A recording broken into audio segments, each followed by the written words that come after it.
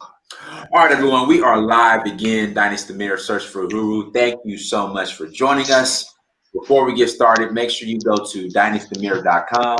If you go to dynastymirror.com, buy your merchandise. You know, since I have my Nigerian sister on with us today.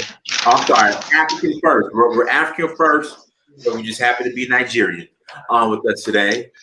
Go grab your Omo Niger. Go grab your Omo Niger shirts at dynastymirror.com. And then while you're there, also buy a book. Got the new release, Kinky Hair is Coolly Hair. So go please um, grab a copy. Also, make sure you like, share, and subscribe. Again, make sure you guys like, share, and subscribe to the content. We will really great. We will really appreciate your support. I have my sister on with the African United Force. And today's topic, and you know what? Before we get into the topic, so allegedly, Putin, I forgot the quote, but Putin allegedly said, I was going to come to that also. okay, we'll go ahead and start there. So, guys, so today's topic is Africans give their best years to the West and then give their waning years to Africa. So we'll go ahead and start off with the quote from Putin as far as Africa being a graveyard, right? Like a funeral, a big Africa being a big graveyard. But go ahead. All right. Thank you so much, Diners, for having me again on your show. I am really appreciative and humbled. Thank you so much. No problem. No problem. I think such a topic is long overdue. It's something that we should have addressed a long time ago because it is a systematic strategy to keep us the way we are. But the problem is not our representatives, who many of us view to be the government, whereas we, the people, are the government. So based on the quotes that Putin said, right, talking about Africa being a graveyard, I want you to know that the Russians are really very straightforward people. Right. With their words and their actions, and they mean every word they say. Now, when Putin said that word, I wasn't shocked or surprised or whatever, because I have said, the same thing prior before the time he made that statement, which is actually a fact. Now, if you have done your observation, like if you observe particularly Africans, right, and Black people globally, you will find out that we all have certain things in common. Now, I don't know why is that, right? Now, you see majority Africans, we travel all over Europe. Right. Some of us, we sell our land back home. We sell our properties back home. We sell all that we have back home just to come and, make a living according to how we, have said it, to come and, hustle. And then we come here. Some of us, of course, we are doing very well. We make it. We do all of that. But then what Europe do is that they make you, what they give to you is comfort, right? They just give you comfort, like you should just be comfortable. But that's not enough, and that's not the best. They have the best reserved for their own. So we will go and travel around all the world, except Africa. We will give and patronize all the world, except Africa. Right. And we will give the best when it comes to supporting the educational system in the West. Africans and Black people are the number one. Right. We will do all of that. Now, when it's time for us to retire, when we've given our strength, when we've given our know-how, when we've given all that we know, and the West will demand for the best. They will demand for your strength. They will demand for your intellect. They will demand for your talent. They will demand for everything they can suck out of you. They will suck the life out of you. And that is what, and we have no problem giving them all these things. We Right. give them all without complaining. We suck it up. We are not saying nothing. We say, oh, I mean, for us to survive, we need to do this, we need to do that, we need to put up with racism, we need to put up with all of this. We will put up with everything from the West. But mind you, it is historical, because I'll take us back to history. I want you to see that it's a systematic strategy and by the West. But that's not the issue, because we are the problems. We are the problem right now. Now, so when we are done giving the West all of this, when we're tired in our old age, middle age, we can offer nothing to Africa. We want to retire. That's when you retire in Africa. And what do you expect retiring in Africa? What are you giving? You've given Europe your youth age. You've given Europe your intellect. You've given Europe everything, absolutely everything that you have. You didn't complain when you were giving all these things. You have patience. You sucked it up. Right. But then when you return back, you want to continue with the corruption that is happening. You want to say, oh, it will never change, that the system, the government are not doing anything. We are passing blames. Right. And then, we are putting up, we are just there in Africa. We come back with the remains. Right. Nothing. And that's what we give to Africa. We give Africa nothing. Right. We bring to Africa our leftovers. So Africa deserve the best, or they deserve the leftovers. Now I want you to know something about the Russians, that they will never release their best, ever. Right. And then with China, China allowed their best to come to America under the condition that they come back and help build China. Exactly, because there is a systematic rule, regulation for that. Mm-hmm. So their system monitors those people, and they make sure that you don't ever leave the country. All right. If we take it back to history in Africa, we know we don't have a system that is put in place, despite the fact that we have all the natural resources, we have everything, the manpower, the technical know-how, we have everything to make Africa great, right? But what is making us Africans to run to the West? What is it about Africa that we don't want to stay there and build Africa? Now, as I am talking, I'm talking to myself as well, because I'm guilty of it. So, but we are having this conversation. It is not enough just to have this conversation. It is enough for us to work and do something about it, to take action and make a change. Now, historically, you will find out that when the West came to Africa, when the Europeans, when they came to Africa, what they did, they took our best. Listen, is a systematic strategy. They took all our best for slavery. They took the best of the best.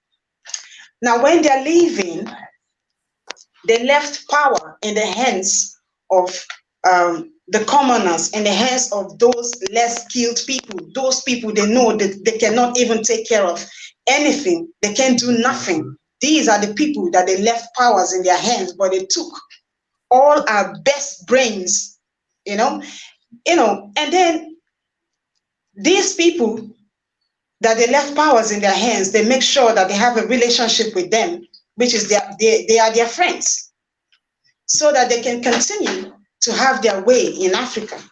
Right.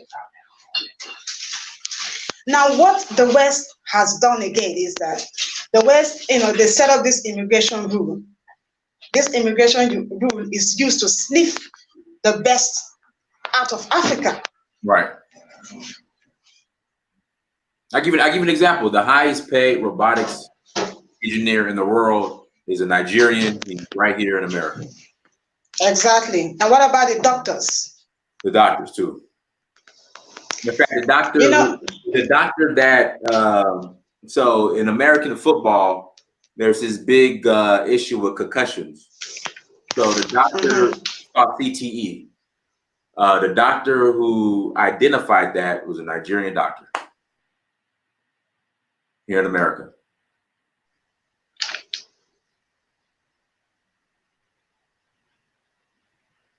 You there?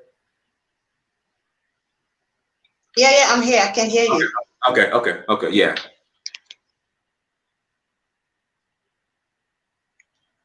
No, I was Yeah, just. please go ahead. No, I was just making that point, that example, as far as how the best, were shipped here to America, and then as far as like in slavery,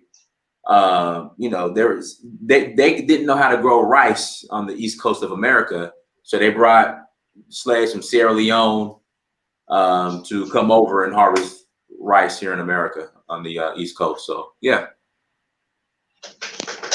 Yeah. So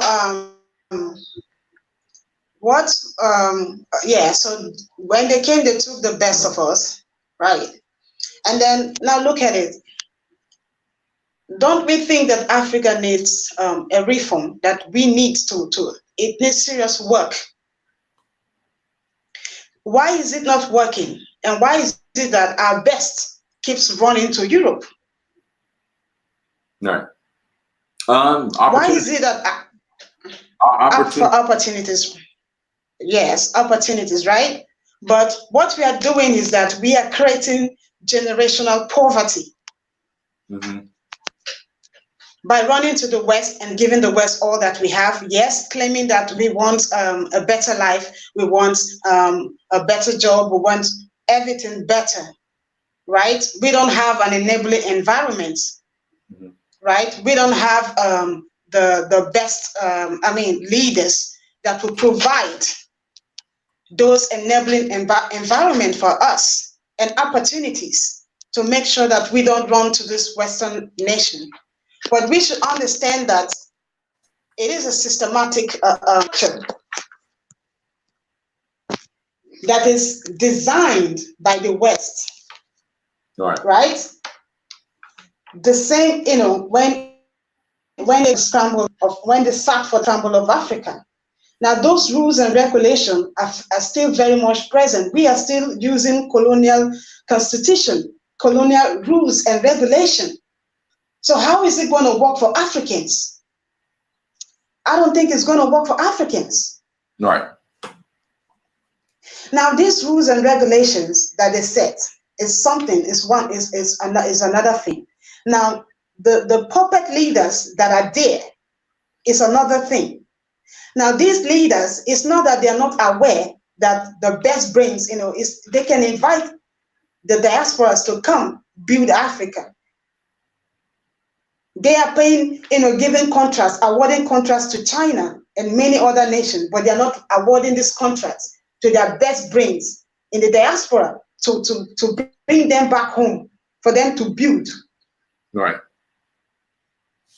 Common things like building airports and little things, roads. They are awarding this contract to the Chinese and all of these people. It's funny, you just said something. So Murtala Muhammad Airport is being built by the Chinese, but it's a Nigerian that owns Gatwick Airport in London. So I'm like, why not have the Nigerian man who owns Gatwick come and build, renovate Murtala Muhammad? Now let me answer that. The reason for that is because, one, corruption. Mm-hmm. Two, they will not. The puppet leaders are threatened by the best brains of these Nigerians. They don't want them back home. They even prefer these people to stay in the diaspora. Mm-hmm. Should they come back home, they are in trouble because they are not going to put up with their corruption. They are not going to put up with their nonchalant attitude. They're not going to put up with a lot of things. They would want change. They would want to demand change, right? But the puppet leaders, they don't want that to happen because the West, they are collaborating with the West. They are working with the West to ensure that poverty, to ensure that we Africans, we don't rise, that our best brain remains there. When they've used them to the point where they are useless, they cannot offer anymore, they have no strength, nothing, they send them back to Africa. Right. Now, what I'm saying is that the representatives that we have, that they are calling quote unquote governments, are not the problem. They are not the issue. We, the people who happens to be the government, we are the issue. We are the problems.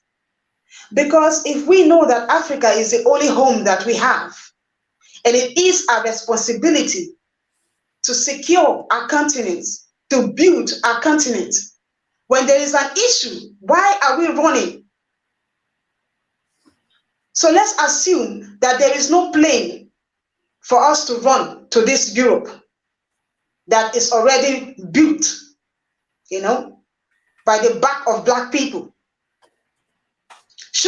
Are we not going to stay back home and fight and build collectively? I want you to know that Europe also had their dark times and their dark moments. Going through it right now. We're going through it right now in America. You can't exclude America. We're going through it right now. In America, yeah. Mm-hmm.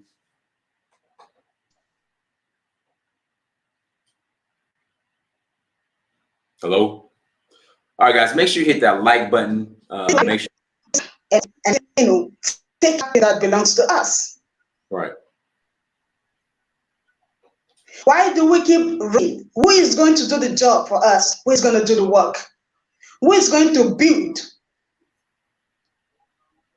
Who is going to make those demands? It is our responsibility. Because when we keep running and building the West, all our natural building the West, we are setting, we are creating generational poverty. Right. For our future generation. They will come and still experience what we are experiencing today. Mm-hmm. Because what we are experiencing today is the failure of our ancestors, those unresolved issues. And today we didn't take note of history. And we are about to repeat history, because history don't repeat itself. It's ignorant people that repeat history. And if we don't take drastic decision to consciously decide that we will build Africa, it doesn't matter what, how the struggle, it doesn't matter the challenges. We need to stay back home and build Africa. And we should stop and discourage that mentality that, we need to run to Europe to make money, to help the economy, to do all of that. We were trading within ourselves before. Right. We survived. So what makes us think that the West the West has never, they've never provided anything, they've never done anything good for us. So why would we give them our best? Exactly. They only know how to take our best, but they will never release their best. I want you to get this. Look at our armed forces. Don't you think it needs reform? Yeah. Now the best of us, we are serving in the armed forces of the Europe. We are there giving all our services. And yet we are the first to complain about corruption with people who are not skilled, who don't have the education, to do the job. We leave it in their hands, and then we are complaining. Who is going to do the right job if we are all in Europe and in the West, giving our best, giving our services and everything, and then when we come back, we are complaining of corruption? We should go to that. We should seek those positions.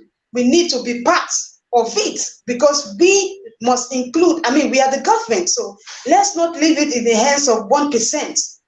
We all need to be responsible for our continent. Got it. You're right. You're on point. Now, let me you understand? There is a good question. Yeah. No, finish your statement. Then I'll ask my question. Go ahead. And then when you're done, I'll ask the question. Just randomly. Chat. Go ahead. Oh, all right. Now I'm going to give you an example here in Russia, right? They have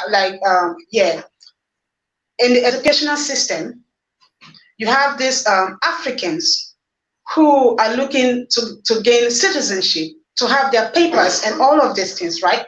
Right. They are over here, doing all sort of things, right? They will get married to the women that they don't want to, they are not in love with, they don't, just to get these papers and all of these things.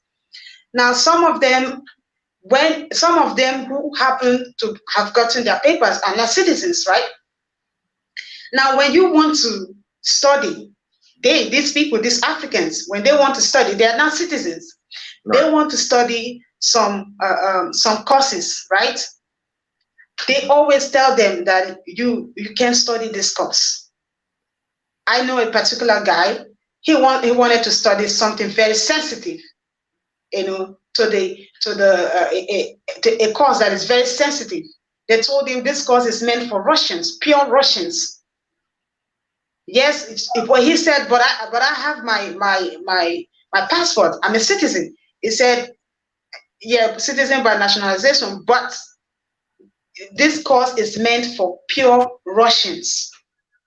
You are not a Russian. They will always remind you that. Because there are some secrets they will never put out there as a foreigner, for you as a foreigner to come and understand those things. Because they don't see you as one of them.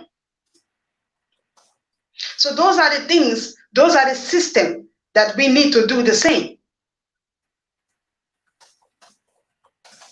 Hold on, let me read this comment in the chat room, and I'm responding to this. Repeating these pleading inaccurate generalizations do not help. Almost everything that the African United Forces, everything at, hold on, let me go back to it. Hold on one second. Everything at the African United Forces is wrong. Ghana benefited greatly from Western investment. Ghana does not even dominate its own gold industry. The gold industry and diamond industry in Ghana is largely dominated by foreigners. How is that a win for Ghana? Okay, yeah, whatever. I mean, how is that a win for Ghana? Western investment overthrew Kwame Nkrumah.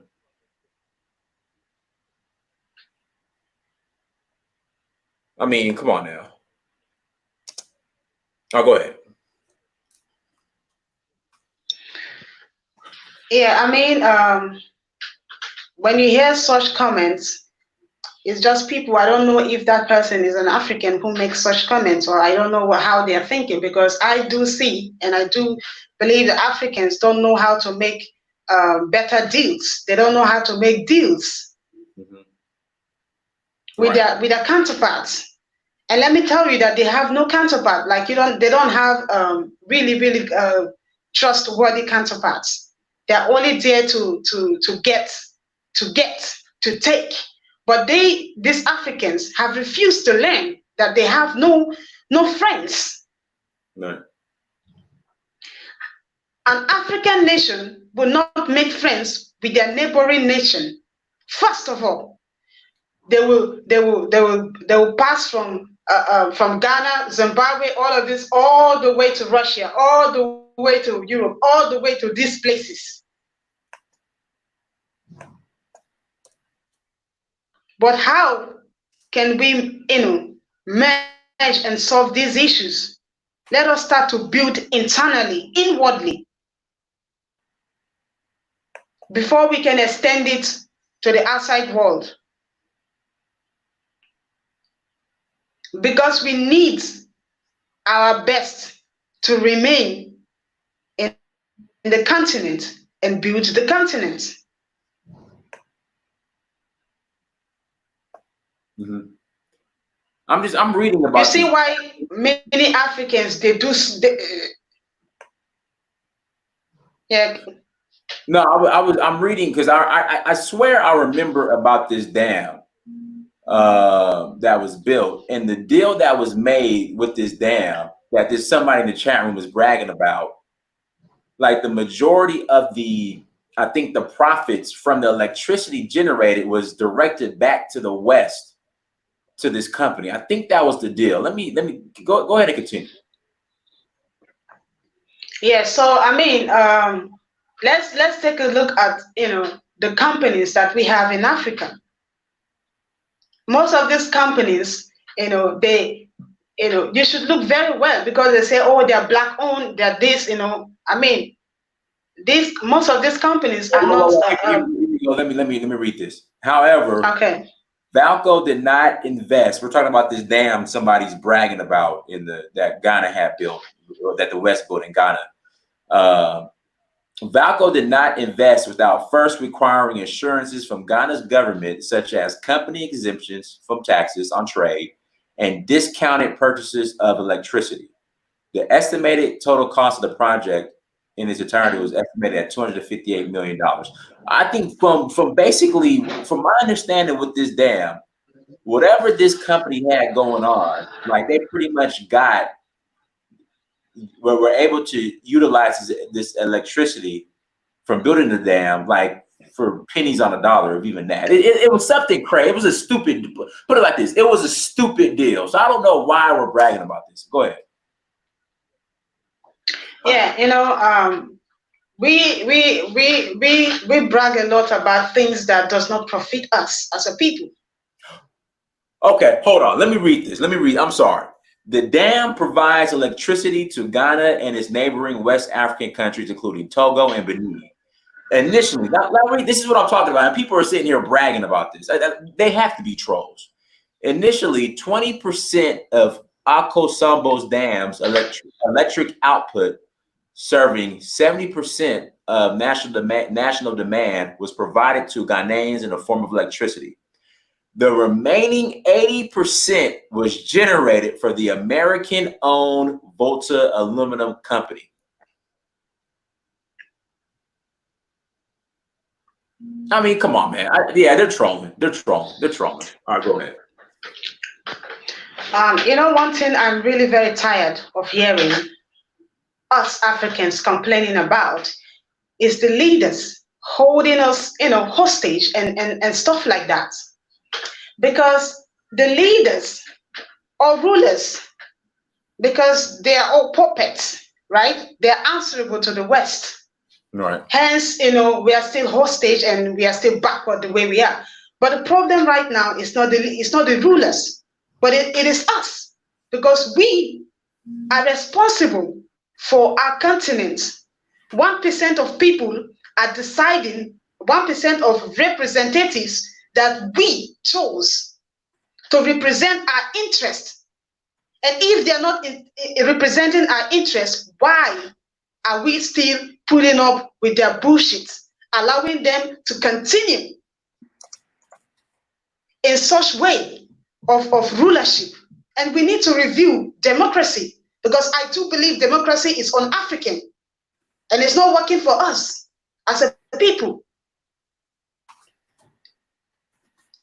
So, they brought all of this system of rulership and all of this, and that is why they're ruling us. They're not leading. So we need to change that mindset that the problem is our leaders. The problem is us. We have the ability. We have the strength.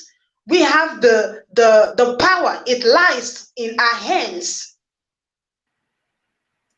to demand for change.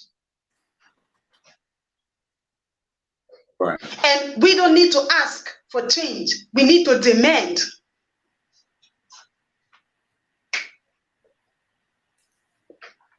So we need to demand for change. Right. And not asking. Because they will not give you, your oppressors will not give you that change that you're looking for. Your oppressors will not give you that freedom you're looking for.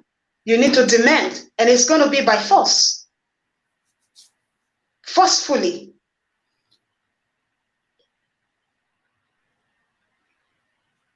Right. So we need a collective effort. We need to be responsible with one another. We need to, to come together and, demand for that change and build Let's stop complaining about the problems we're having. We can pull off our resources from the West. 10, 15 brothers or sisters can come together and build something. Because we are moving to the West for education, to get more indoctrinated, to get more enslaved. More enslaved. But back home, we have the greatest minds. We have talented people. The West should be running to us. It shouldn't be the other way around. So we need a collective effort.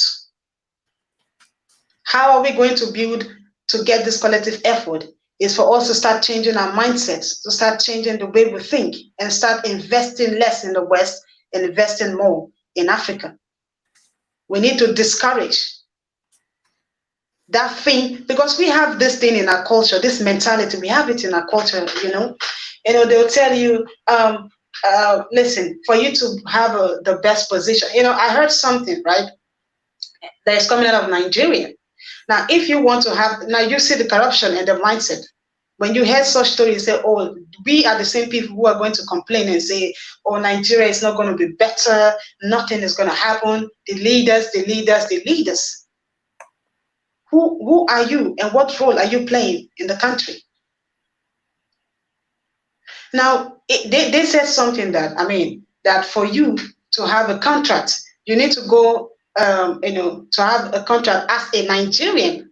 If you truly want to have that contract, you need to accompany yourself. You need to just go and get a Chinese or a European man who is really nothing. Just wear him suit, make him look official. And then you go with him to the office, and they're going to give you that contract, because your black rulers don't trust you. They believe that you don't have the intellect. They believe that you don't know, that you have nothing to offer. But should they see you, white man or a Chinese, they have this preconception that these people know it all, that these people can do it best. Hence, they're awarding all the contracts they're supposed to be awarding to their people, to foreigners. But the problem is, when they award to one foreigner or to the Chinese, what are the black people doing? Right. Why is there no outrage and cry? And for them to ask and demand for that to stop. You mean to tell me 200 plus something million, you cannot award them that contract to build a common airport, roads?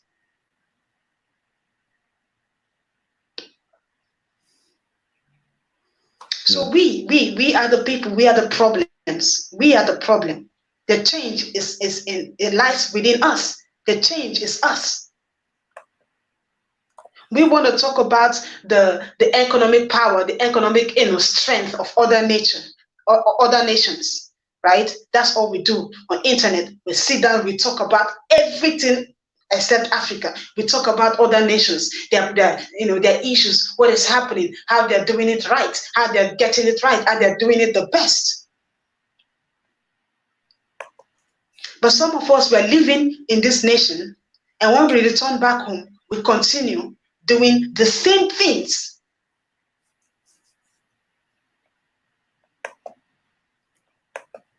We come back with that mindset of the West. You want to use your people. You want to control them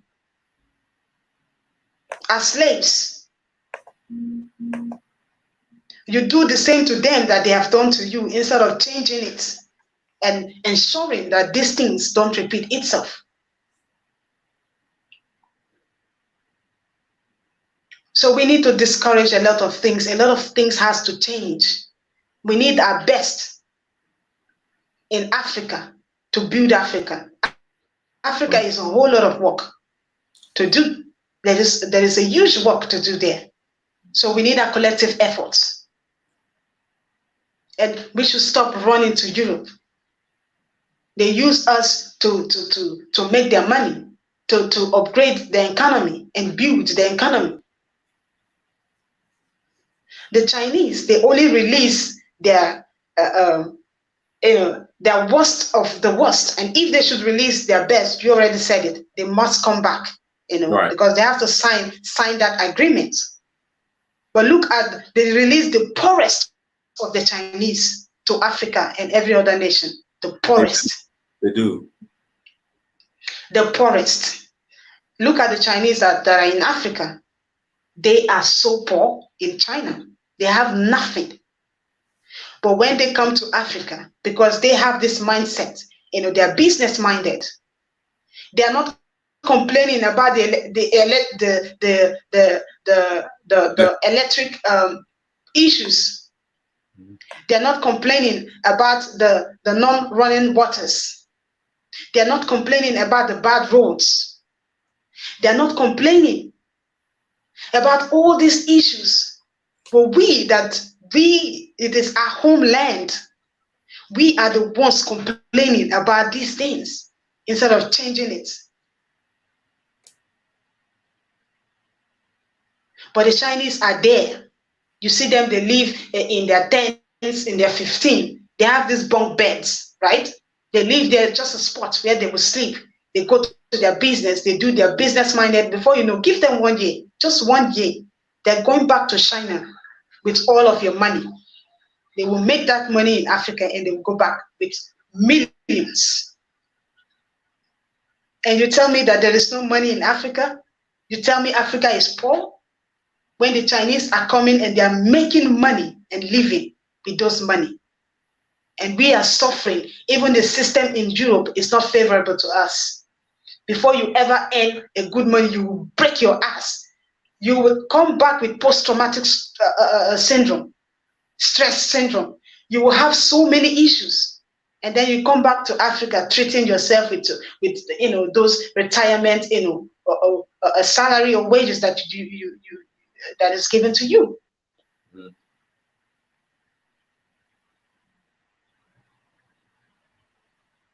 We must adopt the Chinese mentality about building. And these people, they work collectively.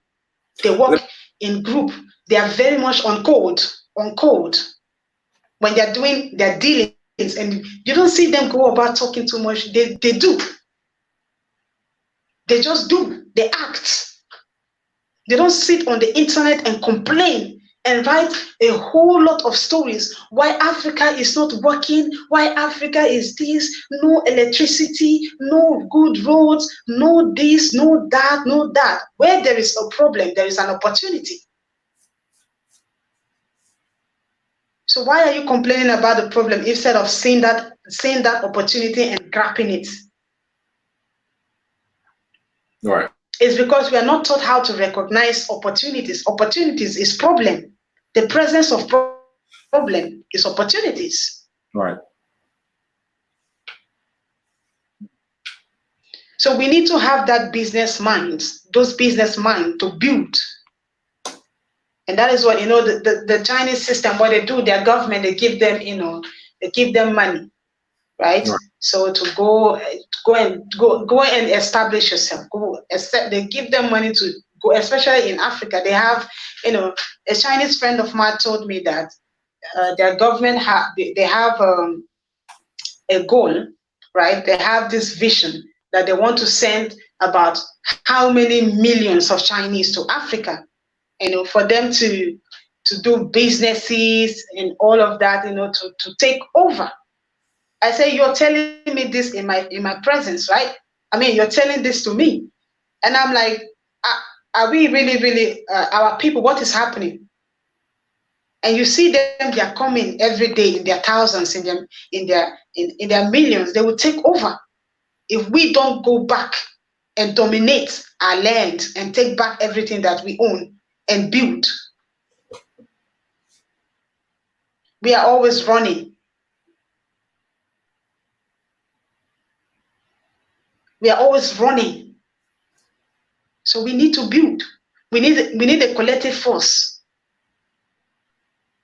It is something that we must make, and we need to trust ourselves, because we don't trust ourselves. Right. And how can we cut cost living in the West? Now, let me tell you something about the Chinese. Now look at this. Now these Chinese, when they are living in any countries, right? You see them with a very little amount of clothes, very little amount of clothes that they bring from China, and maybe Right. 2 or 3 pairs of shoes. All right. And then you see them, they come with this a specific income, right? They come to that country. They're coming with the mindset to build. They're business minded. So when they come like this, they rent an apartment. They invite 10, 15 Chinese to come and live with them. They're cutting costs. They're very particular about their mission, their goal. And then they come and they live there. They have this bunk bed all over, right? They just a sleeping spot. They split the bill among themselves. Mm-hmm. And then, they go to Chinese restaurant to patronize. I want you to see the system and how they work, how they have been groomed. If our government is not grooming us, we need to groom ourselves by observing, by learning from others and how they operate. Now they split their bills and they pay all of, but we Black people, when we are living in Europe and the West, what do? We want to live alone. We want to live large. We want to own cars. The Chinese are using public transport. You will not see them buy any clothes from that country. They stick to those clothes that they came with from China. And they work collectively in team, in building. Mm-hmm. Okay. We gotta go. You understand? So that's. Go ahead. Not me. Go ahead. Peace to the chat. Peace to everybody. Peace to you, Brother Dynas and Sister African Unite Force. I just wanted to chime in quickly on what my sister said about the government and the politicians, how it's the Africans, responsibility and not really on them. Well, we know about a lot of African politicians that they're not afraid to use heavy-handed tactics on their own people. So, if the people are voting for them, I think it's on the people to not, continue to vote for these same corrupt politicians. And if they do get in power and then they start doing foolishness, then like I said in the chat, that maybe there should be sort of an Arab Spring African style to remove these politicians and hold them accountable for what they've been doing to Africans.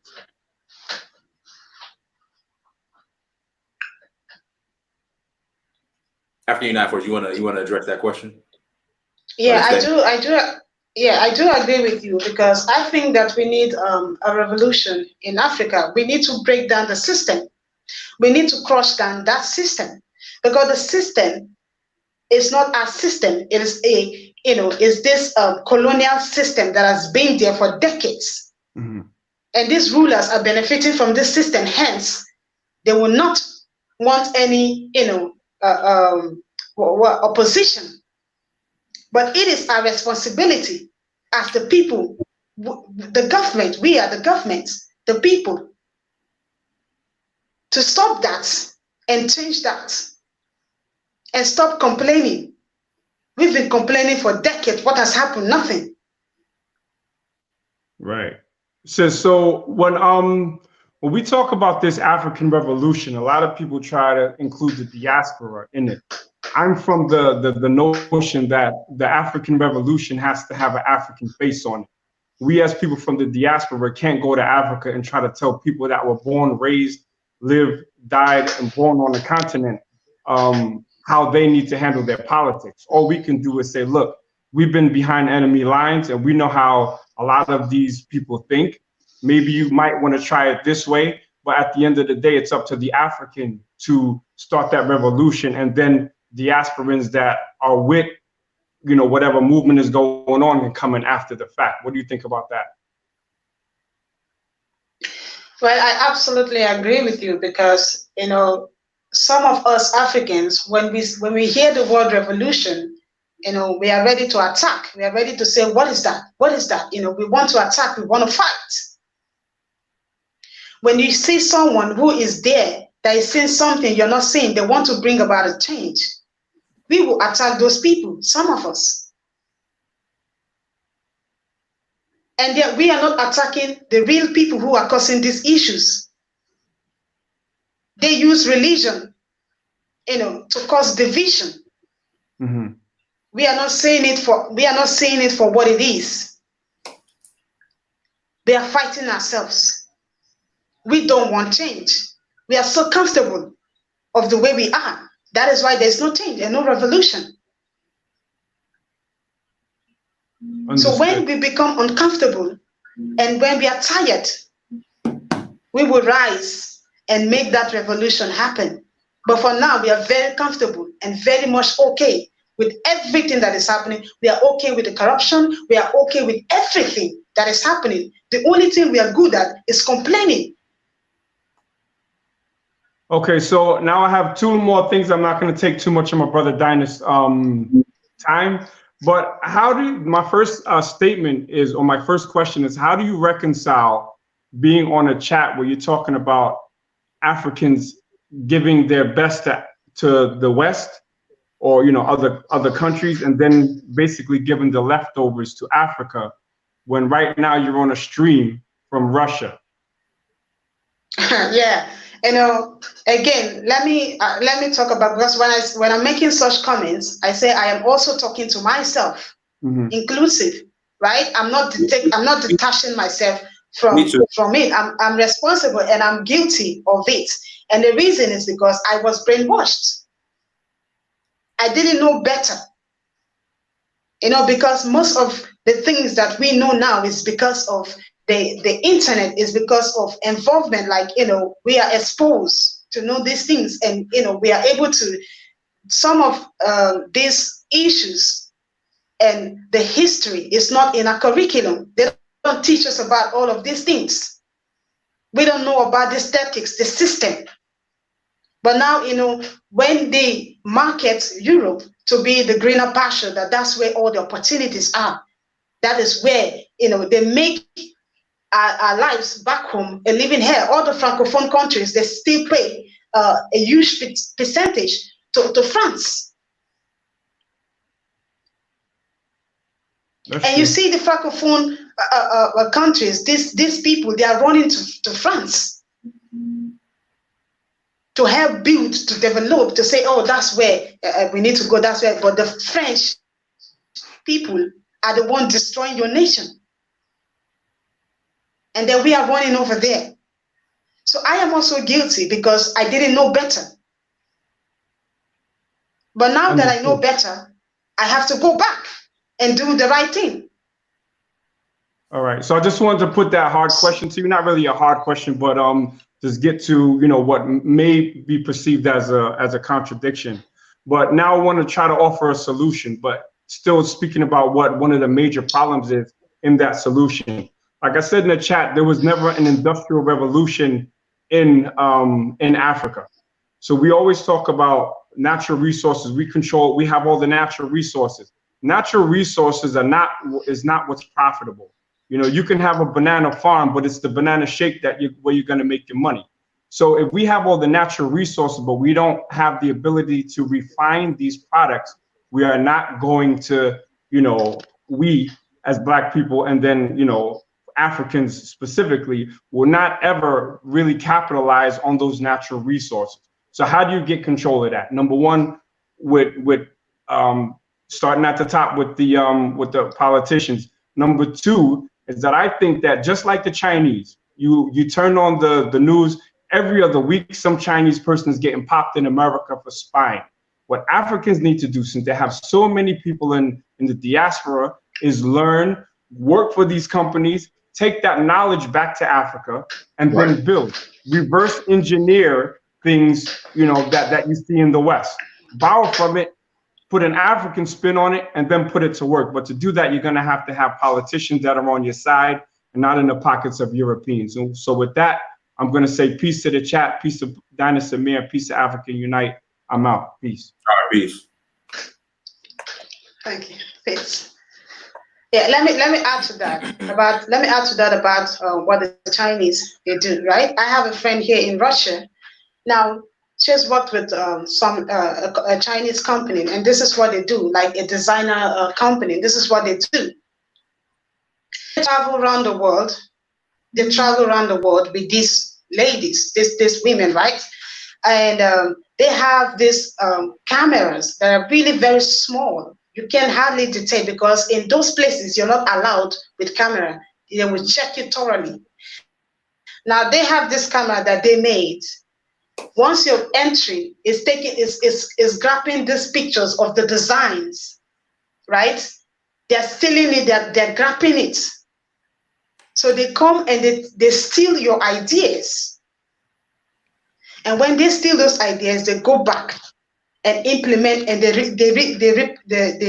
reproduce. Before you know, that fashion is everywhere. When he made mention about something, we Africans, I think we are one of the people that speaks almost every language in the world. Right. True. I think I speak 5 to 6 languages. So why? I mean, you talk about the FBI and all of those things. Why are we not having such things in the continent of Africa?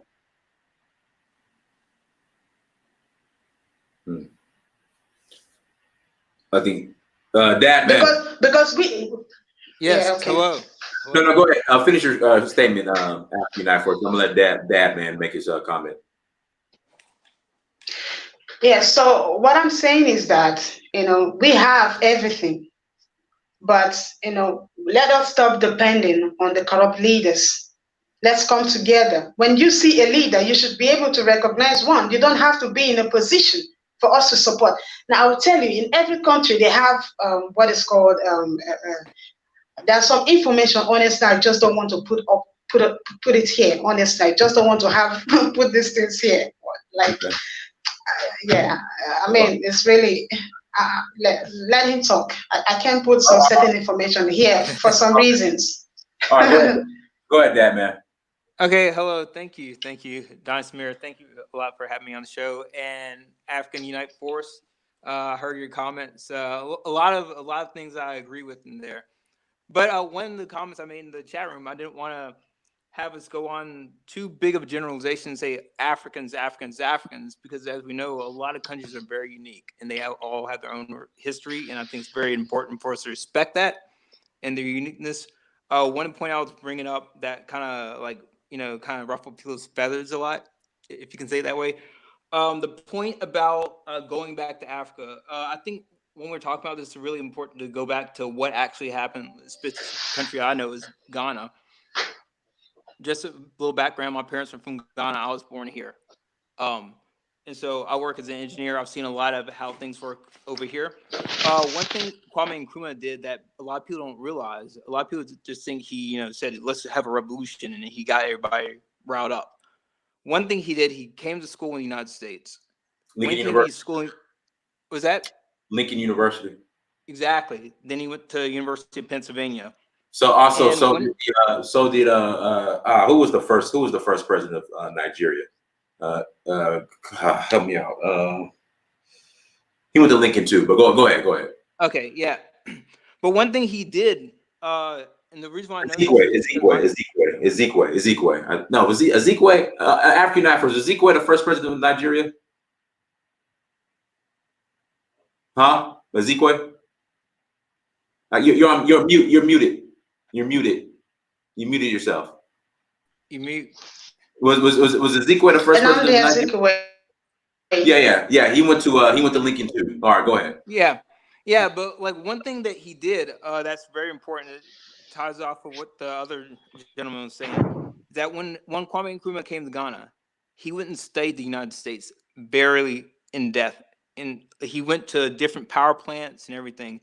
If you go back to, there's a speech that he gave in the commencement speech at Lincoln University in 1951. It's on Lincoln University's website. You can look up the speech.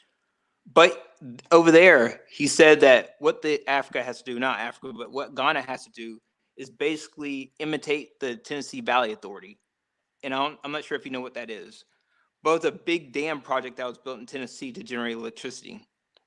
Mm-hmm. At the same time, they also built this place called Oak Ridge, which was to do development of nuclear material for nuclear power plants. So when Kwame Nkrumah got power back in 1957, he went back, and that's the reason why he built that Akosombo Dam. because he saw it in the United States. In that speech in 1951, when we went to Lincoln to give a commencement speech, he said we have to build our own Tennessee Valley Authority. And he said one thing, he said he wanted people from America to get trained, technicians to get trained over there in America and come back to help Ghana. And so like when he came back, 1957, so about 6 years after, 7 years after he got power, one of the first things that they implemented with John F. Kennedy was a Peace Corps that allowed any American, under age 25 to come back to Ghana. They were the first country in the world to allow this. So he was always into getting technical expertise from outside to help build Ghana. Now, one thing you said was right. One thing, partially right. They got Kaiser Engineering. They got another Italian firm to build this dam for them. And this is where it gets tricky because I hear a lot of, yeah, we can build this, we can build that. Yes, a lot of people can build. But the thing is, I work in engineering. You have to have the expertise because I always hear people talk about more destruction. They say, well, we need to destroy this. We need to destroy the West. We need to destroy this. Yeah, you can destroy all we want to, but it comes to a point that we actually have to have the expertise and the history and the credibility in building things. And that's one thing Kwame Nkrumah was always impressing upon the people. He said, when you come back to Ghana, or when you come back to Ghana, make sure that you've been trained in your country to know exactly what to do. So when you hit the ground in Ghana, you can help us with your real technical skills to help us build our economy. And right now, that dam, I'm not sure if you're familiar with electricity, that dam is generating over 1 gigawatt of electricity for Ghana. Generates about 45% of the electricity for Ghana. So no, it's not for a corporation. It was for a corporation. It's a long story. It was for, I think, the aluminum smelting, but I think that was gotten rid Yeah, of yeah. after Like I said, Jerry Rawlings. it was a terrible deal from inception. It was a terrible deal. I remember watching a documentary on this dam. And so pretty much what happened, the company who built the dam pretty much moved their operations, their corporate operations to Ghana so they can exploit the electricity to put out there, I think, their aluminum. So that's why they were using like 80% of the electricity and giving 20% back to, and that was split between like Ghana, Togo, and Benin Republic. So the deal was terrible. And then of course, when Ross came in, he straightened it out. Yeah. Well, no. Rawlings came into power and he gave his demands. Once Right. he gave his demands, the aluminum company said, "Okay, we accept it." They accepted the demands, and as soon as they accepted it, they packed their bags and they left. So right now, that company always has problems with like reliability because they don't have the parts for that electrical facility. Like I said, I'm an electrical engineer. I've worked in an electrical plant. One thing about electrical plants is that they're all unique. It's not something like a car where you could just say, "Hey, give me a spark plug and plug it in." You have to have these parts made by pretty much like one of a few companies, usually like General Electric in the old days, and they have to specially make it for you. So when he did that, he didn't really have an alternative to go to. So they knew that they put him up the creek without a paddle when they did that. And so that's when they sort of have a lot of electricity problems. So I'm saying like it's a great idea in theory, but practically you do have to have someone who has that experience. And what I'm saying as far as like whether it was a good deal or bad deal back in, I think like 63, 64 when they built the dam, is the thing is at that point, what option do you have? Because no one in Africa, even Kwame Nkrumah knew it, had experience building a power plant. These things like power plants, roads, even like my dad tells me tons of stories. My dad's a scientist, so he tells me tons of stories of what's happening, and he knew a lot of people in government in Ghana. They try to build things like, for instance, they try to build the roads, right? But they were just copying what the British had built over there, the British plans. But they didn't realize they didn't take into consideration that the roads in Ghana would act differently because they have different humidity and they wouldn't last as long. So you have to have people who have that experience in your environment and really have that have learned from all their mistakes in the past. It's not just a theoretical thing. I think we're falling into that trap of saying, you know what, we can do it, therefore we can just get together and start building things. It doesn't work that easy. But I would like to say on a positive note or like a more upbeat note, I think there is a big opportunity because I have a cousin, well, uncle right now, as an example. He lives in Ghana. He came to the United States. He did a lot of building, construction, accounting, And if you look it up on the internet, it's called what's his name? Reggie Manuel. Reggie Manuel Building in Ghana. So they're a big corporation. But what he did, he went to the United States. He started building houses. Then he hooked up with a company in Houston, Texas called Gray Engineering. So now Gray Engineering, they called it Reggie Manuel Gray, and they build tons of housing developments in Ghana. But that's an example of not just saying, oh, the West is bad, we have to do everything. I don't think it has to be black or white. Like, oh, we have to do everything ourselves, or they have to build it for us. It takes Ghanaians, it takes wherever country, Ivorians, whoever, taking the lead by knowing what we're talking about, being very credible in our subject area and being experts in our subject area, and getting the necessary support from outside with enough know-how to say, you know what, here you can help us in these different kind of connected fields. Because, for instance, Reggie Manuel's doing the building for housing, but the Gray Engineering is doing the piping. Because Reggie Manuel builds houses, he's not a piping expert, so he needs someone who has that expertise. So I mean, so just like anything, even the founding stage of the United States of America, the White House, the Brooklyn Bridge, the Statue of Liberty, the Capitol, none of those were built by Americans. But by black Even slaves. Was that? It was built by the slave. Well, it was the White House was built. The architect was Benjamin Banneker, correct? And then it was built by black people. No, Benjamin Banneker did, I think, the layout of Washington D.C. No, no, it's Benjamin Banneker. What happened was, I think there was a Frenchman. I don't think it's L'Enfant. It was someone else, but I think it's a Frenchman who built it. Might have been L'Enfant. He had the plans for the White House, but then he got mad and he left because he didn't like the terms. Then Benjamin Banneker was familiar enough with the plans that he gave the plans, and I think he was like the lead, the construction manager for the job, because he knew he was familiar with the plans and how they worked, the blueprints. But like even NASA, all that stuff. NASA, they had a German builder. It was Otto von Braun. He built it. I mean, he built that thing. He gave him all the rocket technology. Like I say, the Brooklyn Bridge, that was built by a German. I mean, a lot of these things, the U.S. didn't build alone. So I always. Let me interject again. Okay, I understand what you're saying as far as us exchanging ingenuity, and that's fine. It's just African leadership. They, for some reason, get into these terrible deals when it comes to doing something as far as building a bridge, building roads, building anything. It's just the deals are just so lopsided and terrible. That's the issue. But at the same time, Africans, whether you call yourself ADOS, FBA, or or you're an immigrant from Africa or any country, we have the skills now. Trust me, I meet some bright. Exactly. That's what I wanted. In 2020, there's no excuse now at all. It's no excuse. Yeah. Like people say that, but like I would like to. Who is that? Who is that has the bridge building expertise? The engineers are there, bro. The laborers there. The engineers are there. Trust me, it's there. It's here. Trust me. Yeah, because what I'm saying is like this. Okay, like right now, like I said, I work as an engineer. We built a simple pedestrian bridge. All right, where I live.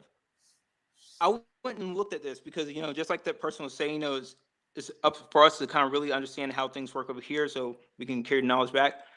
I wanted to see what would it take to do this in Ghana. I was reading through all the documentation for this one bridge, pedestrian bridge. They had like 6 different companies. 6 different companies. One to do all the wind loads, one to do the just general design, another to make the special brackets they had. I mean, tons of different companies. So when people say, we have engineers, I know from experience it takes more than one bright engineer. It takes companies, it takes a community of engineering companies who have expertise in that area. And these are very specialized companies. That's why when it comes down to building a bridge, a lot of the firms that they get from Africa, or in Africa, are foreign companies, because they're the ones who have the expertise in it.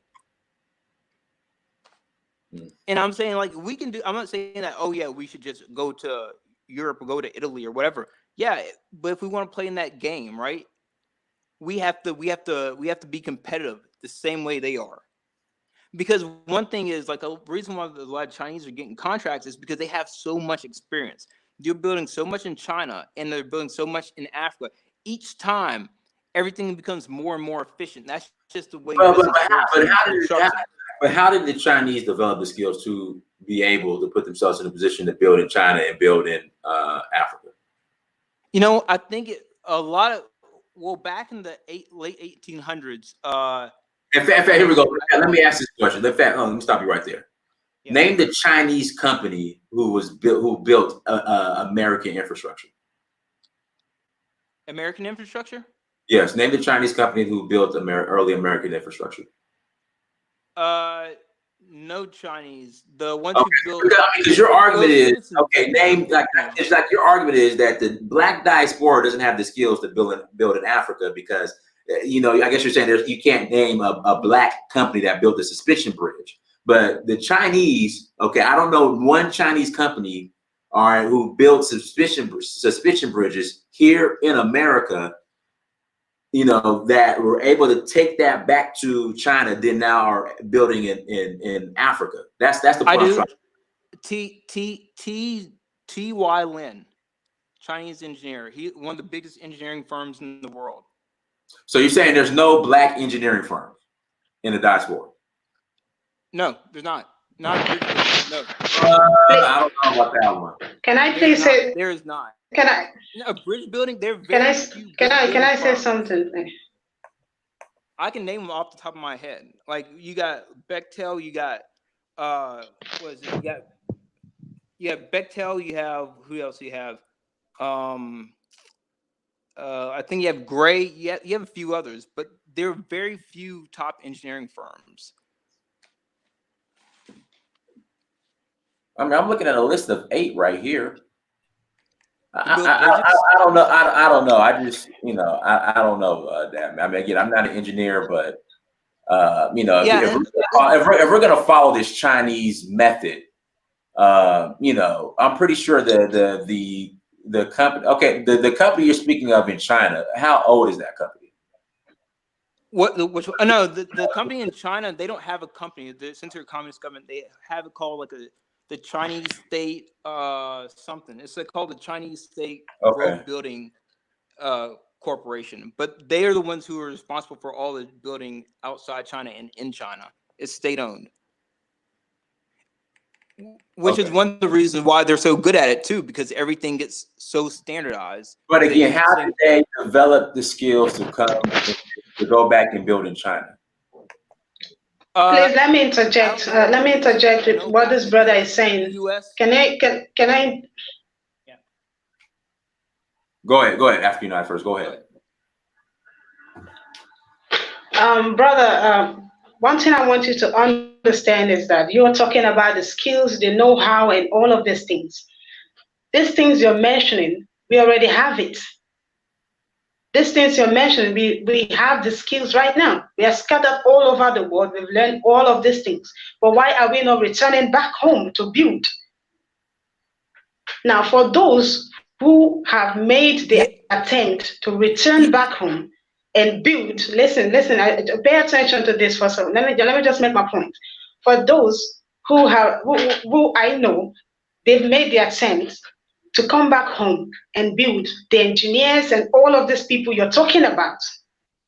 Now, they have one problem and one challenge. The government. These governments don't trust these people. They don't even want them. You understand? They don't want to invest in their own people. They will. I'm giving you this job. With all your know-how, I want you to go to any African country and present yourself and say, oh, I can build this, I can do this, I have all the experience, and see how they're going to receive you and see if they will award you that contract or give you that. They will not give you. Not because you don't know how to do it or you don't have the skills. The way it works. You do. You have everything, right? We have everything, but now we have a bigger challenge. people who don't want us to build these things. These are the oppressors that we are facing right now. That's what I'm talking about, the No, no. system. Here, let me explain this. Right? Okay, Because we I have got you. all the Now let me engineers explain this to way. build. As Okay, a go government, ahead. okay, as a government, that's not the way it works. Where it's someone saying I can build and you give them a contract. Even here in the U.S., what happens is that if I say I give I send out requirements. I have criteria. You usually it's like you must have built 50 bridges before above this dollar amount. Then you have people bid on it. That's the way it works. If you get a bunch of engineers who say they're smart, like I said, in engineering, being smart means absolutely nothing. But that man, It's this only is my, what you built in the past. this is where I'm confused. Okay, China just started developing in the last 30 years. Okay, I'm trying to figure out in the past 30, let's say 1980, where were on the you're trying to tell me that Chinese contractors and Chinese companies were building infrastructure here in America? No, they weren't. Okay, because I'm trying to figure out your argument. You're saying that Africans, black people here in America, with you have plenty of black people, Africans here in America that have engineering firms build. You're saying they're not capable of building, Exactly. Yeah. and you're saying they're not capable of building in Africa, but the Chinese, who really 30 years ago didn't have none of that here in America, they went 30, 40 years ago, didn't have any of that in America. They were still able to go back and build China, and now are building Africa. Yeah. That's why I'm confused.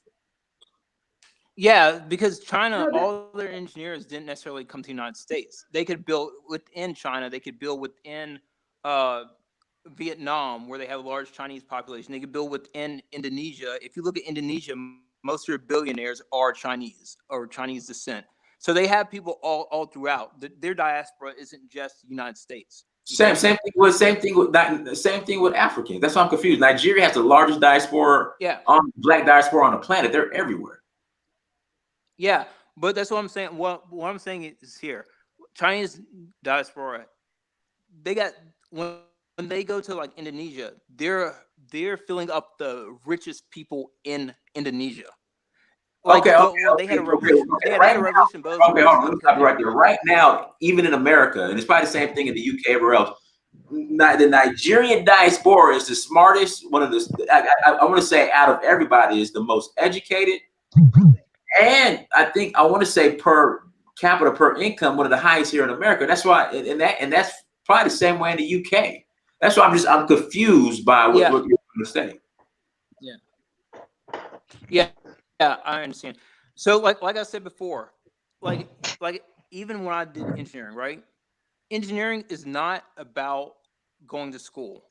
That was a recent development. Back in the day, engineering used to be just totally in the field. Even today, when you in as an engineer, like when you bid on an engineering firm, if you want to do real engineering, it's about practice and experience only.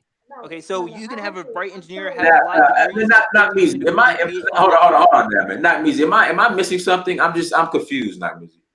I'm trying to find out because this brother was saying that he was addressing me in the comments saying that I had nothing positive to offer Africa except building. So I wanted to ask him what he meant by that. I'm just But confused. the brother, hold Go on, ahead. brother, hold on, brother, hold on. But as I'm listening to him, he does have certain points and he has an understanding of how contracts are given based on not only just what you know, but what you have done.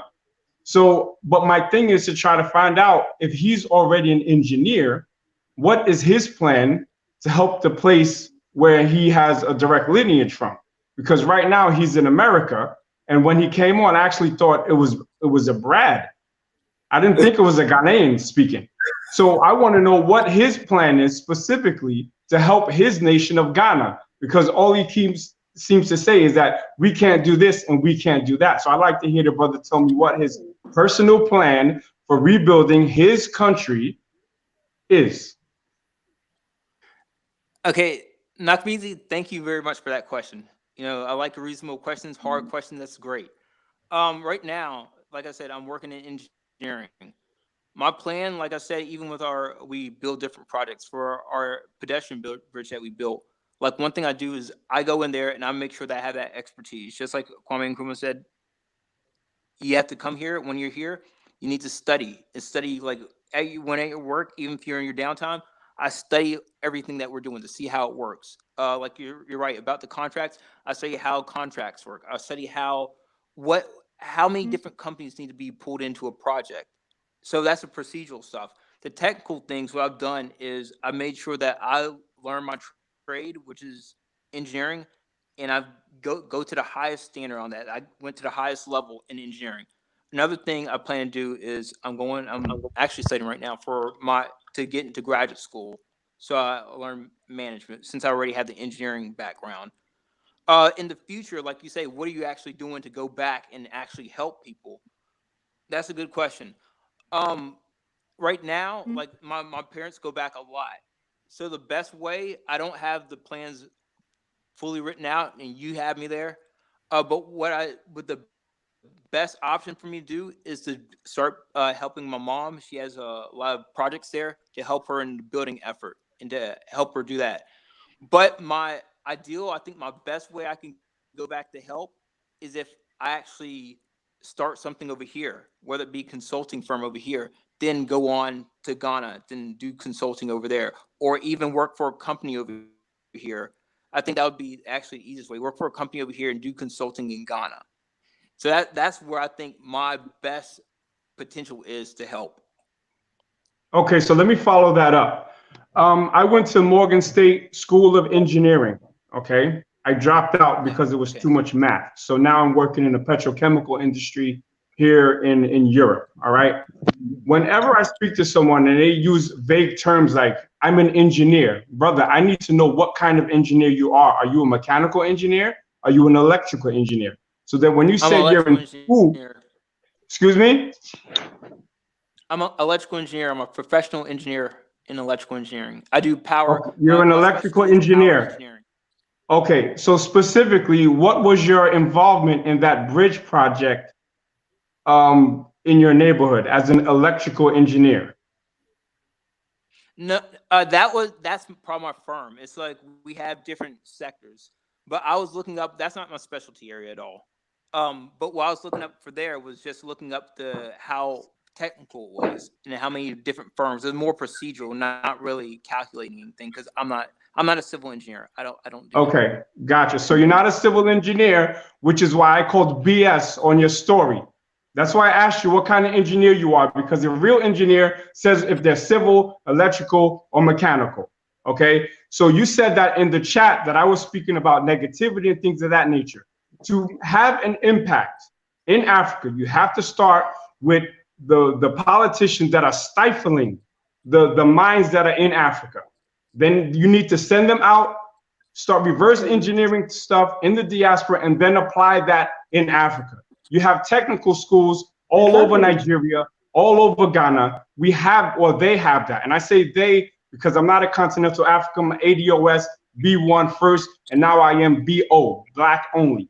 But when you get on here and you have an understanding. I probably think it sounds like you're an intern more than an actual engineer, because when you speak about your schooling, you're not speaking about it just to so a person in the industry. It doesn't sound like you really know exactly what you're talking about.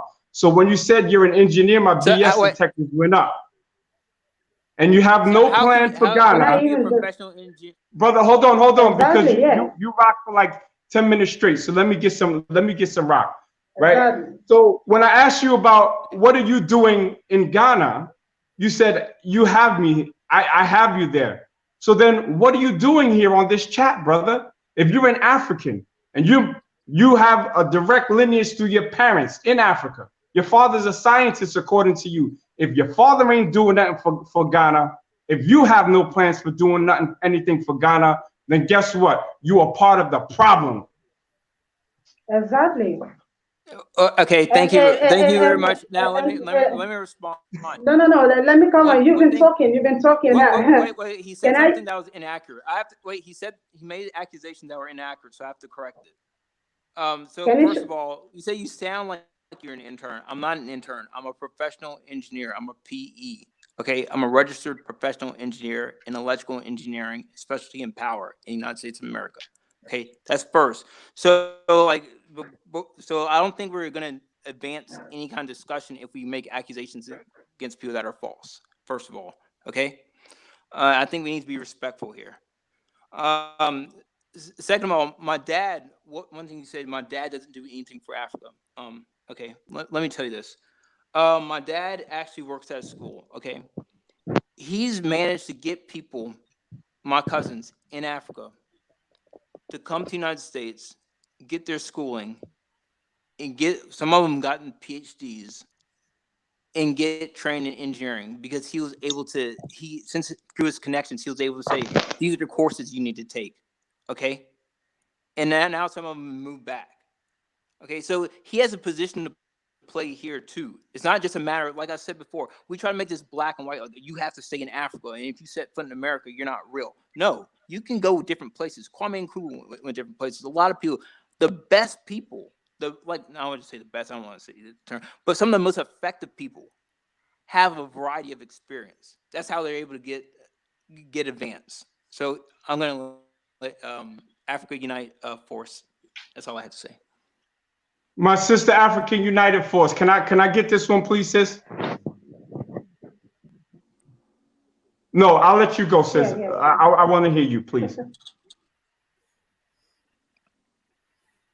I mean, I don't know who. I mean, this brother that is talking. I don't know if he's been to Africa before or if he's lived there before.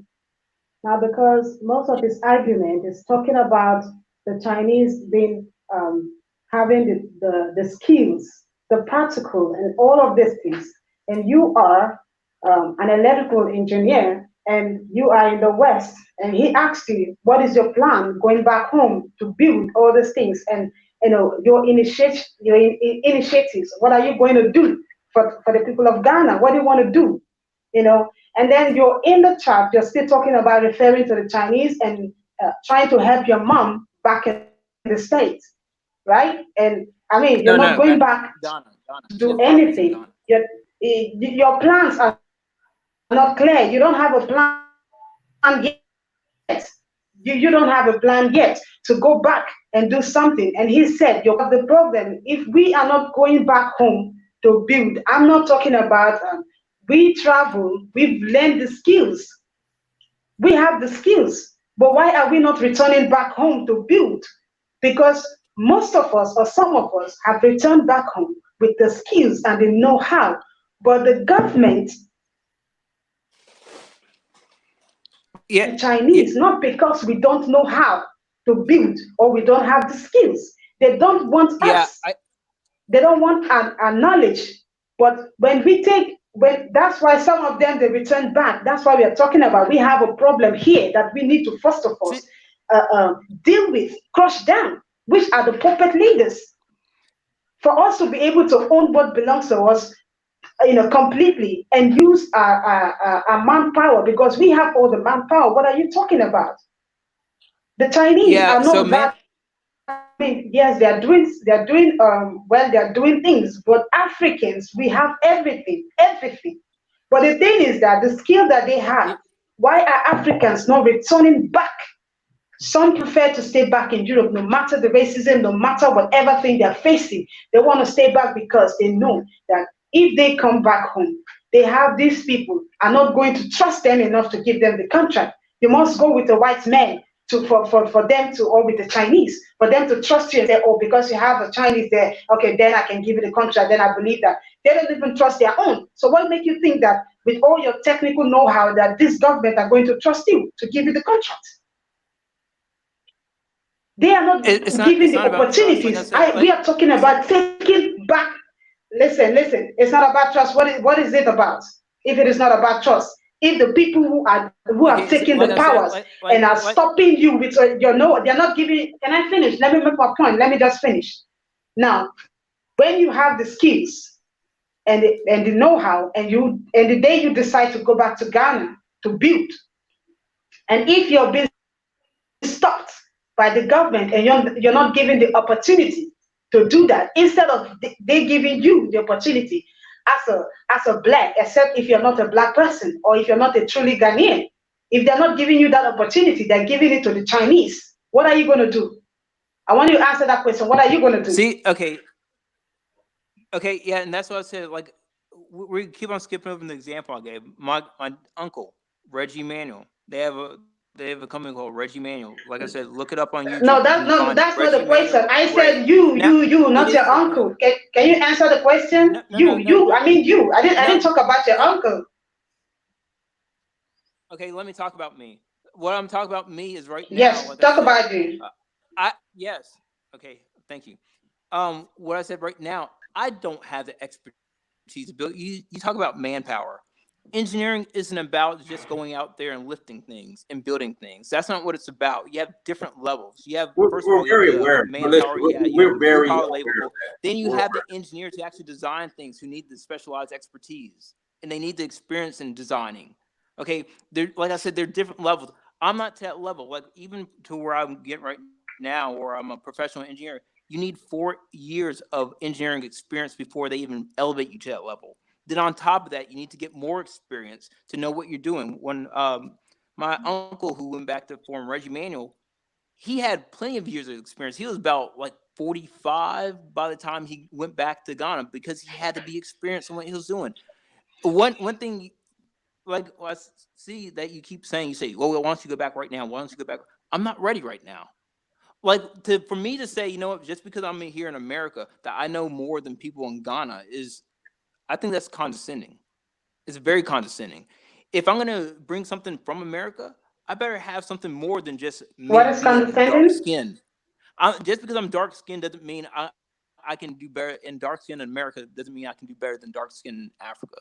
I need to actually bring substance. I need to bring something that other people don't have, that other people aren't privy to, and that's what I'm trying to build right now. And once I get that expertise, just like I got the reach a certain level of expertise in my professional engineering, then I can go back and say, you know what, here I can really help in that way.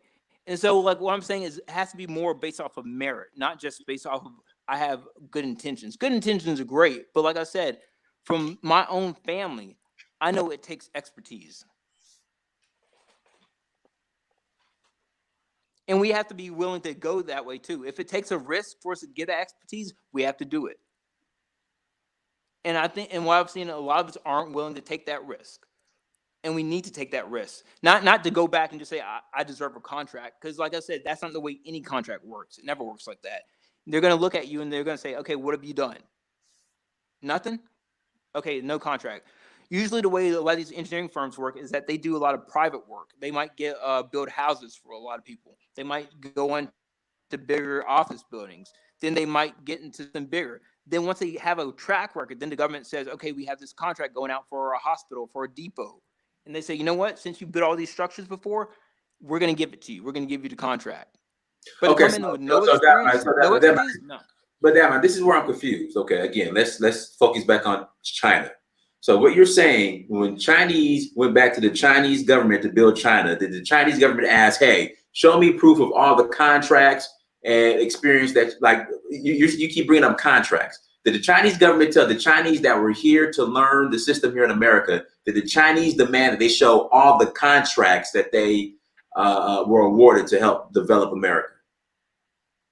No, because it's different in China. So then I'm confused. So we have all this black ingenuity that's been here for years. I'm just confused on why the Chinese did not hold their own Chinese people to this standard, and they were still able to develop China. But you're saying that black people aren't at that same standard to develop? No, it's internal. It's internal. They did theirs internally because they have a state-controlled government. They have state-controlled schools, engineering schools. Okay, but you're still missing the point. You're still not me. Am I articulate? I'm not me. Do you understand what I'm trying to say? Well, what we have here is the dance. All right, the brother. I think he's a student, honestly, because I don't think he's ever written or read. We gotta quit brother, that. listen to me, please. You're filibustering, please. Sir, quit the accusations. Okay, brother. In the chat. Make accusations against me. Hey, in the chat, you said that I had nothing. Brother, please listen to me. Now you're still talking. in the chat, and I want everybody in the chat to go back to where he said that I had nothing to offer. And I put it back on him, and I said, well, what? I said, I guarantee you that I do more for our people than he does. So then I asked this Ghanaian, what is he doing with his engineering expertise in Ghana? The brother did not have a plan for Ghana, okay? And that right there is a huge part of the problem. Africa has a brain drain. So the best and brightest are leaving Africa, and a lot of them are not looking back. Some of them do. But if this brother is saying that he has no plan to go back, then what is he doing? He's not doing anything. Okay. You know, so this is brother, one thing that you have to learn is that when I think you're younger than me. So I want you to reach back to your African roots, and when your elder is speaking, be quiet and listen for a second, okay? And then I'll offer you the same respect, offer the fact that you're my people. Now, if you want to talk about name call me. What did I call you? You said I'm an intern. That's what you called me. Yeah, that's not a disrespect, bro. I think you're on your way. Yeah, I think you're on your way, but I don't think you're totally there yet.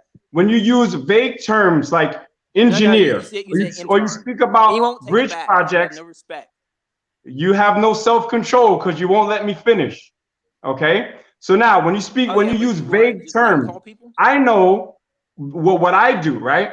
I know within 3 seconds if someone really understands what the kind of job that I do. And I'm not going to get specific. I'll just speak about the industry that I work in. I'll know if they're just learning. And it sounds like you are learning because you're not mentioning any projects that you're currently working on or anything like that. So now, let's not get besides the point. You have no Africa plan, and you're an African. I'm ADOS, A-D-O-S. So my loyalty lies first with the diaspora and then Africa. That's why I say when the Africans step up and do the African uprising, then I'll follow their lead if I have no work with my people in the diaspora. That's not going to happen because we don't destroy our countries. We don't destroy our countries. So that's not going to happen. Forget it. Hold on, brother. I'm not finished. I'm not even finished. You have to learn to listen. When you listen and you hear the whole thing, then you can make a informed response. Okay? I think you're upset that I brought all the smoke to you based on the comments. And you thought I wasn't going to try to log back on. Okay? When you logged on, I'm kind of upset because people are even doubting that you're even a black man. Like I said, when you came on, you sounded like Brad more than Kwame. Okay? So let's just keep it 100. You have no plan for Africa. You're not doing anything for our people. Okay, what are you doing for black people right now in America? Let's start with America. No, let's not entertain this type of argument. Okay. I want him because then he'll never come back here. He'll never come back here after this. I got him. What are you doing for black people right now in America? Okay, let me bring it down a little bit. Okay. Okay. Let me bring it down. Okay, like I said before, you said what did you say? You said something like I have no plan to. No, I have no plans. Like I said, you said the that. plan right now is to get my expertise.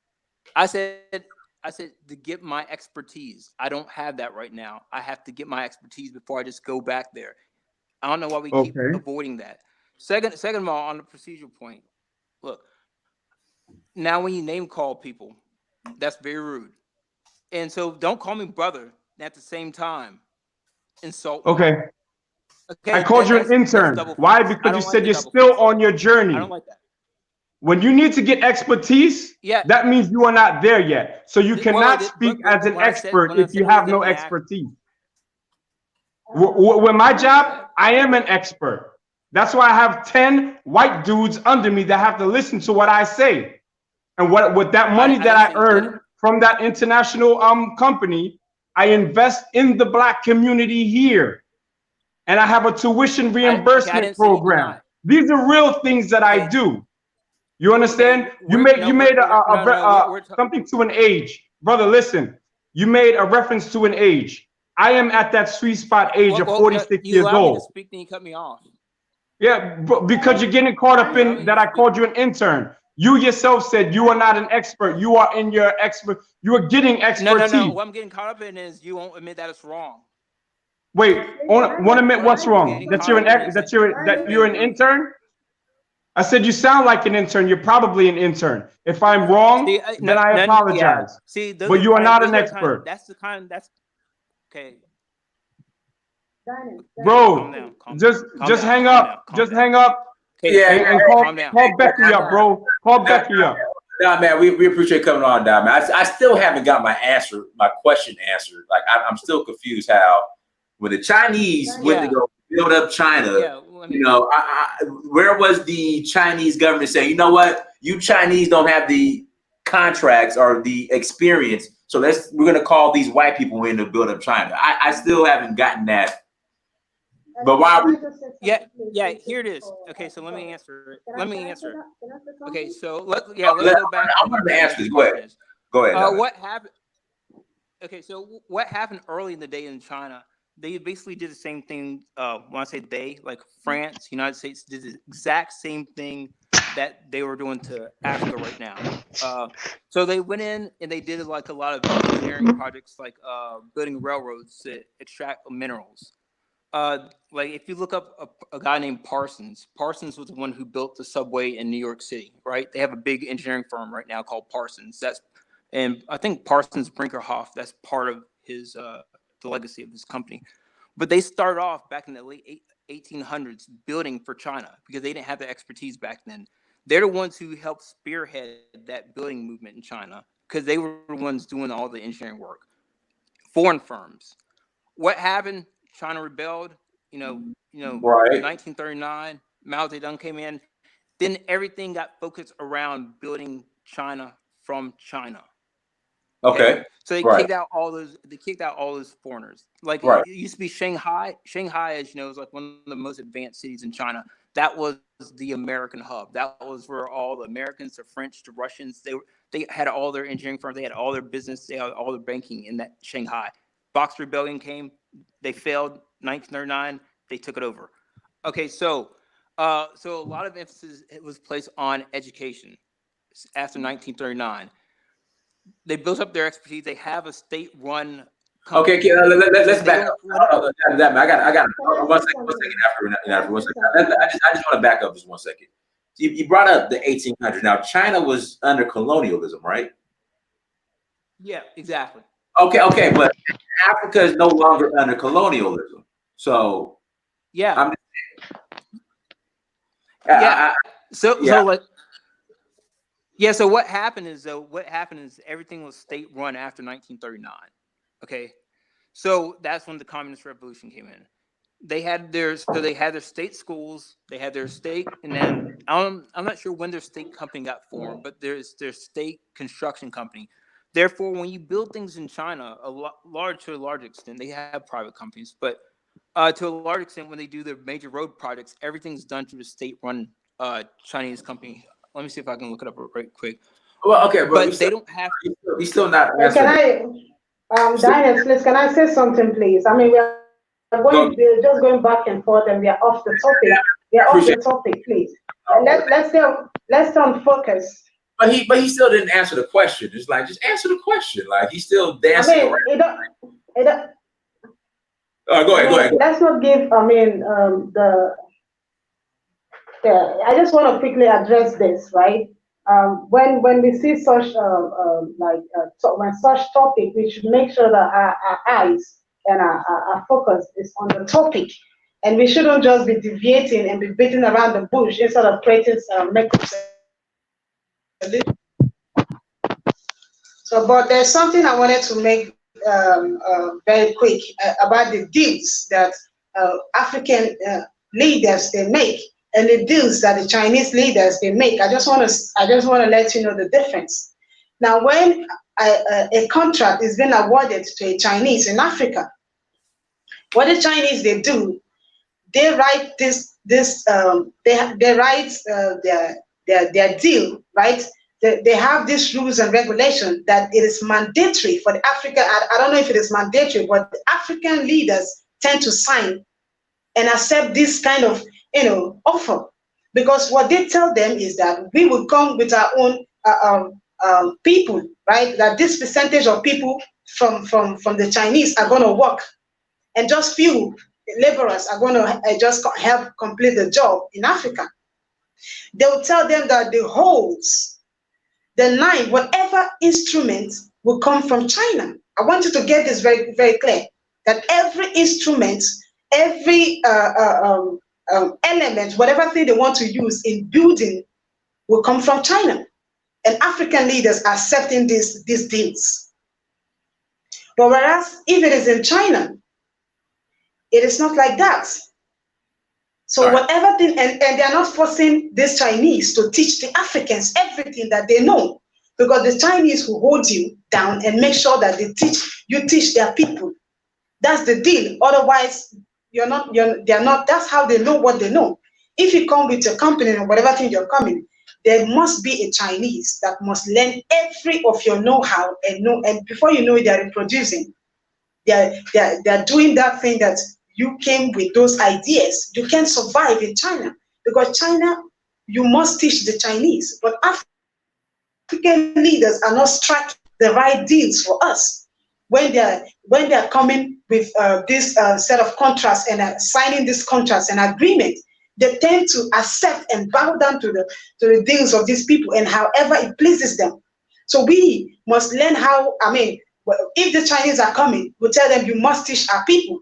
And we must supervise that to make sure that they teach our people every of the thing that they know. You award them the contract on those terms, on your terms, not on their terms. Yeah. Right. But the issue is that we are not making the right deals. And how are we going to make the right deals? And we have the wrong people in government who aren't making the right deals. For us, in Russia, is the same thing. You will teach their people. They are going for that thing that you know. You teach them. So before you know it, 1, 2, 3 years, they are doing better, even better than you. Yeah. So what are people, when the Chinese come, they come with their laborers, they come with their instruments, they come with everything from China. And they will strike this deal that grocery store, everything. Everything. They come with from there. It's just these laborers who will help with the wheelbarrow pushing, all those things that are not just these menial jobs. They take our people for menial jobs. Contract that is awarded to the Chinese. So tell me how we are going to, how we are going to solve these problems. And if the diasporas are ready to come back, some of them have come back, they did, but the African leaders, this is a very big contract for African leaders, because of corruption. They don't want the diasporas to do the right thing. They don't want them to have those contracts. Right. So that is what we are looking at. How can the diaspora take back, take back their continent? Because we can't keep living in the diaspora. Right. We learn to build, not because of us, just because of our future generation. Otherwise, our future generation will still be running to Europe. They will still be suffering what we are suffering. So we need to put an end to this. So if we are sending our people to China to go and study certain skills, and if the Chinese are coming, we are giving them contracts, they must teach our people those skills and not take our people for menial jobs. We don't need that. These leaders are supposed to strike good deals and make it in their terms and not in the terms of the Chinese. Mm-hmm. Yeah. All right, what we'll do, sister, we'll go ahead and close out. What would you like to share in closing? Well, for me, what I want to say is that I think that it's a great shame to me as a person that I am in the diaspora, and while our continent is drowning, I am taking responsibility, and I am asking all diasporas to take responsibility too. We are talking about going back to build generational legacies, taking back our continent, because our continent is not in our hands. We have the know-how. We have every expertise. We can do it. We can build. We know everything. We have the knowledge. We have the intellect. But there are few percent of people who are holding us back, who don't want to let us go. I mean, to let us own everything that we have, like the brother talked about mining. We are the mining companies. We send our product outside for them to mine our gold. We send it outside and then they send it back to us, and they sell it back to us at a what deals are we? Why can't we make these things ourselves? The Chinese are busy in Africa mining all our golds and our resources. Why can't we send people over there to learn and to come and build? Of course, we have all this, but the government is us. We need to take our continent back from the rulers. Right. So I am saying it's a collective effort, it's a collective force that we need continental Africans. We need to go back and join continental African, because some of them are not exposed. They don't understand this thing. They don't understand the world stage and what is happening. So what we need to go is to go there, join them and build, join them and and educate and fight and take back. It is not about going there to just say, they are not allowing us, that we are sick and tired of complaining. Let's start action. Let's take the lead, because we are the future. Yes, ma'am. Let's make that dream come to pass. So thank you so much, Dinus. Please, everyone, let's unite. Unity. Our unity is very important. I still stand on unity. Let's keep our differences aside. Let's bring back all our skills, everything that we know that, yes, Africa, we have a huge work to do, but we are the people that are responsible. We should take responsibility, go back and build Africa, including myself. I am also as guilty as everyone that is in the diaspora. So let's go back home and let's build our nation. Let's build our continent, that it will be suitable for every African to live. And let's take responsibility. It's a collective responsibility. The 1% are not more African than us. We are all equal. We are all African. Africans should work for Africans. Absolutely. Everyone. So that mentality and one thing, please, Dinus, sorry. One thing I want to say, the mentality of us, like we take care of strangers more than our own, that's in our culture, is incorporated in our culture. We need to change that mentality. That thing of we welcome strangers, we take care of strangers, we give them the best. No, we must change that mentality. We must learn how to, first of all, welcome our own, look out for our own. If we can't take care of our own, how can you treat strangers better than yourself? And that is why we are giving the Chinese and all these people the edge, and foreigners, to treat us the way they are treating us. It is high time for we to watch out for one another, to support ourselves, to look out for one another, and treat us with respect. If you can't treat your brother with respect, how do you expect the foreigner to treat you with respect? They see that you can't treat your brother with respect. So we need to respect ourselves and treat each other with respect. Thank you so much, Dinus. I am really, really thrilled to always be on your show. Thank you for having me once again. I'm grateful. Thank you. Thank you. Everyone, thank you so much for joining. Make sure you like, share, and subscribe. Go to dynastymirror.com. Buy the book. New release. Kinky hair is queenly hair. Kinky hair is queenly hair, you guys, for our daughters, everyone, for our daughters and our nieces. So go support, buy the book, buy the shirts, buy the gear. Until next time, family, Dynasty Mirror, search for Huru. Peace.